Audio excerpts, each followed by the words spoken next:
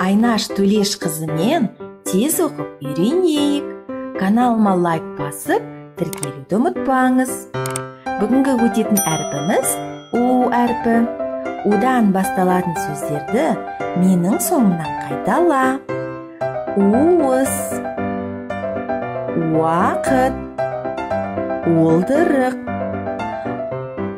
Ал енді балақай, мына буындарды бірге оқиық.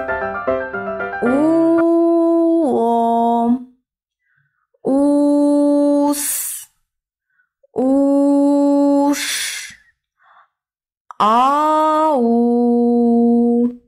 Ал келесі сөздер. Аула. Қайтала. Сула. Қайтала. Шула. Қайтала. Шолу. Қайтала. Шошу. Қайтала. Сөздік қорды дамыту айдары. Мына удан басталатын сөздерді менің соңымнан қайтала. Университет, уран, уық.